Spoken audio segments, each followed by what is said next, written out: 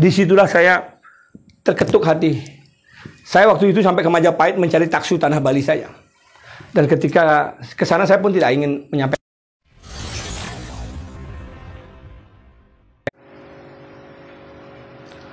Om Swastiastu Awiganamastu Namo Sidam. Salam Pancasila, salam NKRI. Rahajang Rahinan Purnama Kapitu. Dinamakan di tanggal 29 Desember 2020. Hari ini di channel saya, channel YouTube Ismaya Jaya atau Ksatria Kris Bali, saya akan mengupas tentang kenapa sih lebih memilih DPD RI.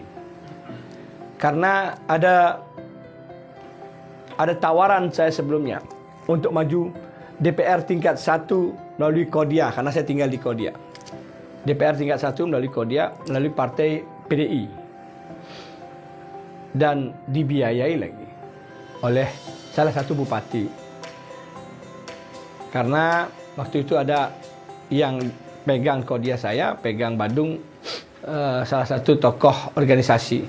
Suara ini akan ditukar, suara organisasi yang ada di Badung, di organisasi saya akan diberikan kepada tokoh ajinya yang di Denpasar. Kodia dari suara organisasinya akan diberikan kepada saya.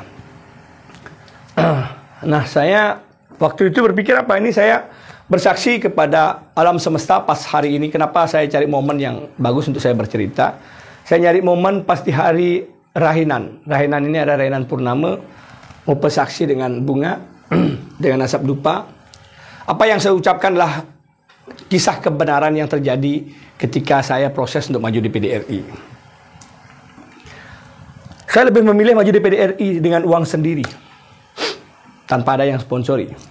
Hanya mengandalkan perjalanan dari rasa dharma untuk ngayah di tanah Bali. Ada yang memberikan baju, ada beberapa orang, sama 2 orang aja yang memberikan baju kepada saya. Saya jujur kan bicara. Sisanya saya beli, saya harus keluarin uang sendiri. Kenapa saya tidak mau DPR tingkat 1? Padahal kalau dicari, saya pasti udah menang tingkat Kodia. Karena ada dukungan dari orang besar dan dukungan organisasi, suaranya pun tidak banyak untuk saya cari. Saya menolak karena saya berpikir waktu itu, satu, saya kasihan sama orang-orang yang sudah ngayah atau berjuang di PDI untuk mendapatkan kursi di tingkat 1, DPR tingkat 1-nya. Dia udah mengabdi selama 5 tahun, berusaha untuk nantinya dia yang maju dan mendapatkan. Masuk saya pasti hilang suaranya, pasti ke saya suaranya. Yang kedua, saya juga berpikir ketika ada masalah atau untuk membela, rasanya agak susah karena akan dipegang suara partai. Diam, jangan ikut-ikut, biarkan itu urusannya, nggak usah ditanggapin, diam. Nah, itu yang akan saya terjadi ketika saya pikirkan itu. Jadinya saya nggak bisa membela Nyama Indu Bali saya. Kenapa saya harus membela? Saya ingat kasus saya dengan Ustadz Somad Was ketika di Aston. Saya sebenarnya orangnya tidak senang berpolitik dan tidak mau berpolitik. Itu dari dulu saya sampaikan. Dulu saya ditawarin waktu Pak Prabowo baru buka Gerindra di sini, saya ditawarin masuk untuk sama tokoh pendiri Gerindra di Bali. Saya ditawarin untuk masuk. Saya menolak. Saya barengan sama almarhum Juru Jangol maunya. Saya menolak waktu itu. Kenapa? Ya karena saya nggak tertarik berpolitik gitu. Tertarik berpolitik. Dan akhirnya saya maju karena itu. Saya bilang, saya teringat dengan kasus Ustadz Somad. Padahal saya sudah minta maaf dan klarifikasi segala macam. Ternyata di luar dia mencaci maki, menghina saya. Ada ribuan orang yang menggitukan. Siapa yang membela ketika saya tidak berjuang untuk menyatakan permintaan maaf? Mungkin saudara saya di luar Bali akan diusir gara-gara dianggap intoleran, gara-gara saya tidak mau bersuara dan para tokoh tidak ada yang bersuara. Disitulah saya terketuk hati. Saya waktu itu sampai ke Majapahit mencari taksu tanah Bali saya. Dan ketika ke sana saya pun tidak ingin menyampaikan apa-apa. Nah, saya terketuk hati ketika saya sembahyang ke Pura Pasar Agung. Ke Pasar Agung saya sembahyang, diundang sama teman. Ketika sembahyang di sana saya menyampaikan sama Daptar Lingsir. Tapi pokolon Daptar Lingsir di tiang matur piuning, saya mohon kalau boleh saya maju di PDRI, izinkan saya maju. Kalau tidak boleh, saya akan merusak bumi Bali, saya akan korupsi. Dan saya tidak bagus di DPD RI. Jangan kasih saya jalan untuk maju di DPD RI. Itu doa saya menggunakan Pejati ring Pasar Agung. Ada teman-teman yang ikut berapa orang. Nah itulah awal saya. Sebelumnya saya nggak nyampaikan, tahu saya dadakan. Dan saya ketemu sama juru mangkunya sampai saya kasih minta kenang-kenangan cincin juru mangku Pasar Agung. Mungkin Uning inget iling waktu saya ke sana. Nah, habis sembahyang dari Pasar Agung saya turun di rumah duduk. Saya duduk di ruang saya. Ketika saya duduk ada telepon dari pengacara saya, Jero Bima, Jero Mangku Bimantara. Itu pengacara gede Bimantara sekarang. Beliau adalah menjadi juru mangku. Beliau adalah lawyer saya, pengacara saya yang selalu nemenin dengan ikhlas, membela saya dengan ikhlas. Ini saya sapa dengan beliau juga mungkin ingat. Ketika beliau nelpon, Jero katanya mau maju DPR. Dari partai apa? Ini ada yang nanya. Seorang pejabat pejabat yang berperanan lah masalah-masalah KPU. Terus saya dikasih bicara, Jero maju partai apa? Saya bilang saya nggak pakai partai, saya maju DPD RI. Kaget ya, DPD RI? Ya, saya maju ke DPD RI, Pak. DPD RI sudah pendaftaran 2 hari yang lalu. Jero sudah daftar belum? Belum. Mas, enggak tahu ada pendaftaran, enggak tahu kapan. Udah 2 hari yang lalu bukan pendaftaran. Sudah berapa orang tokoh mendaftar. Jero punya KTP 2000 enggak? Tanda tangan, enggak punya. Punya registrasi jasa segala macam datanya belum punya. KTP ada. Coba daftar sekarang. Saya daftar hari ketiga itu karena udah sore jamnya waktu saya dapat informasi itu. Saya pulang dari Pura Pasar Agung itu langsung sorenya saya dapat telepon. Dan akhirnya teman saya yang daftarkan saya ke KPU hari ketiga. Ternyata saya masih diterima hari ketiga saya daftar.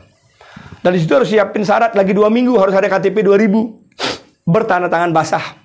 Waktu itu saya pikir ber-KTP saja. Teman-teman dari organisasi yang lama, woi cepat dapat KTP. Ternyata ditolak, saya ngambul. Karena saya udah bilang harus KTP tantangan basah. Mereka asal ngumpulin KTP di Samsat minta segepuk. Ternyata itu nggak berguna. Sampai saya ribut. Udah nggak usah ngurusin nyariin saya KTP aja nggak bisa. Ngambul saya. Saya duduk di singgasana di tempat duduk saya biasa di sini. Ada saudara saya dan ibu saya duduk di sini, ibu saya duduk sini. Dia baru ngambil KTP sortir saudara sama ibu saya. Saya bilang ngambul, saya nggak jadi. Saudara saya bilang, kok nggak jadi? Kasihan ibu. Ibu ini dari toko satu bawa KTP, fotokopi, ambil tanda tangan, pindah terus. Saya tahu jalan ibu saya dari jalan Bayangkara, mungkin orang-orang Karangasem tahu. Ibu saya jalan katanya, toko-toko yang sudah membantu saya juga ingat di Karangasem, ambil KTP-nya, di fotokopi, dimintain tanda tangan. Begitu ibu saya jalan, netes air mata saya. Sampai saya tanya ibu saya, kenapa ibu begitu berjuang untuk saya? Ibu saya jawab, karena ibu udah tahu kamu sudah banyak membantu orang. Saya bakal tahu kamu bisa lebih berguna untuk orang banyak. Ketika ibu sudah, kalau ibu memang restu, ya ibu restuin. Saya siap jalan. Restu orang tua, akhirnya saya jalan lagi. Dan saya minta semangat lagi teman-teman saya di organisasi dan luar biasa. Saya dapat KTP itu kalau nggak salah 7.000. Akhirnya saya dapat KTP. Yang bekasnya maunya 2.000. Ternyata saya dapat 7.000. Dan saya setorkan 4.000. 3.999. Karena kalau saya mau nyetorkan banyak bisa teman-teman kasihan yang input, yang sudah berjuang kepada saya. Terima kasih semua. Ini saya saksi apa yang saya omongin, saya kejujuran. Di situ ternyata saya dapat dan saya lolos verifikasi. Artinya, saya berpikir waktu itu Betara merestui saya jalan. Sampailah saya kampanye naik Singo Barong. Ternyata saya masuk penjara. Ketika saya masuk penjara, saya pikir, mungkin saya nggak boleh maju DPD RI. Makanya saya dipenjara dengan kasus yang tidak masuk akal bagi saya. Orang saya mukul nggak ada, nendang nggak ada, apalagi mencaci maki. Orang ini saksi. Masa saya maju DPD RI saya harus mencaci maki dan saya nggak benar. Ketika itu rasanya saya salah dan saya tidak berbuat yang sebenarnya. Saya hanya duduk main HP. Nah, ketika saya di penjara itulah saya berpikir, mungkin saya salah dan saya tidak bisa dan tidak boleh saya maju untuk ke DPD RI. Dan ketika saya di penjara setelah berapa minggu, berapa bulan, akhirnya muncul nomor saya di KPU. Saya ternyata dapat nomor 32. Kaget saya. Di dalam penjara saya kaget. Artinya Ide Betara memberikan izin ini. Buktinya saya masih dalam penjara pun nomor bisa keluar. Saya pikir gugur saya dari KPU karena saya dianggap melanggar hukum. Ternyata enggak, nama saya muncul. Dan saya masih dianggap dan lolos maju DPD RI. Wah, senang saya. Oh, artinya ada ide betara yang merestui saya, walaupun manusia yang ingin menggagalkan. Itu pemikiran saya di dalam penjara. Semangat saya. Ternyata dari Brimob, itu di Brimob saya dapat putusan. Saya di LP Kerobokan dapat lagi saya berita dari kakak saya, pengacara. Semuanya pingin kasus ini lebih cepat selesai, harus ada A, B, C, D. Saya nggak mau, saya bilang. Saya tangan Tuhan yang saya mau. Nanti hukumannya berat, biarin. Ketika hukumannya berat, saya biarkan aja. Artinya saya memang tidak diizinkan maju di PDRI. Nggak mau saya melakukan apa-apa. Percuma dong saya berdoa, percuma dong saya sembahyang sama ide betara, lunasi tiap hari. Ketika saya mau benar, saya harus takut bawa kebenaran saya. Apa artinya saya sembahyang tiap hari? Saya bilang begitu kepada kakak saya dan beberapa pengacara. Masa semuanya harus uang, harus uang, harus uang? Nggak usah sembahyang kalau begitu. Ya kamu nanti tanggung risiko. Sekarang zaman iya saya tanggung risiko. 2 tahun nanti dihukum, iya nggak apa-apa. Saya nggak maju di PDRI. Kasihan teman-teman, udah jalan saya. Saya bilang gitu sama kakak saya. Ternyata Astungkara saya diponis 5 bulan. Pas saya bebas di hari ini, Purnama dan Kajang Kliwon serta hari Minggu, hari Tuhan Yesus. 3 hari besar, hari suci yang saya rasakan. Purnama adalah hari Dewa, Dewa memberkati.